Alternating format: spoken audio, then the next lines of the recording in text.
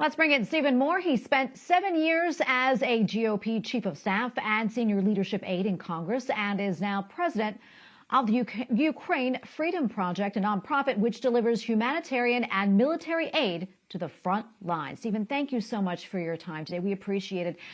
For the last 2 years, the U.S. has targeted Russia with sanctions, yet despite all of this, the Russian economy has actually grown. So why do you think this time would be different?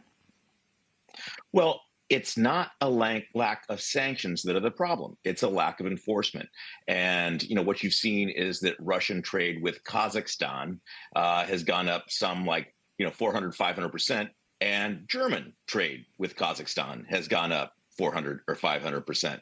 So it's great. Doing these sanctions is better than not doing these sanctions. But at the same time, if we could really crank up the dial on enforcement, that would be, what would be helpful.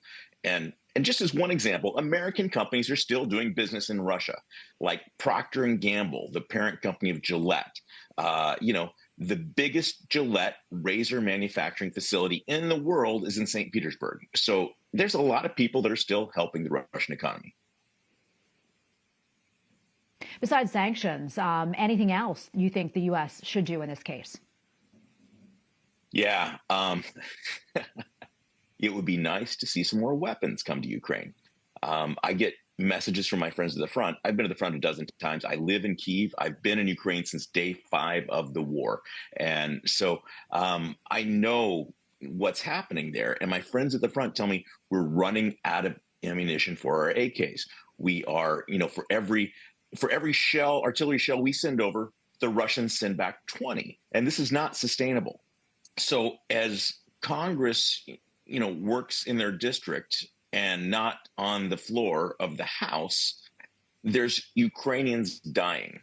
And, if Putin pushes through these lines and takes Ukraine, then the world does not become more stable. The world becomes very unstable because the next one in line is Poland, Finland, Latvia, and all these countries know it because they're the ones dumping so much of their GDP into Ukraine. So, but if American leadership evaporates with Ukraine, then the world becomes really, really ugly. Stephen, we have maybe 30 seconds left or so. But how do you see this all ending? I mean, will it end anytime soon? Well, what I found is that when you give the Ukrainians the weapons they need, they win. Because in the first year of the war, Biden was, pumping weapons in there. The Ukrainians were taking them. They took back all but 17% of their territory. They've destroyed like 5,500 Russian tanks.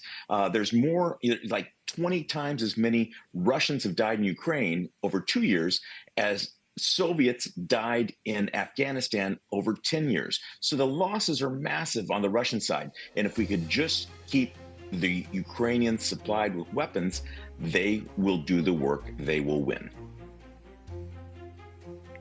Well, Stephen, thank you so much for your insights. We really appreciate it. Thank you. Great to be with you.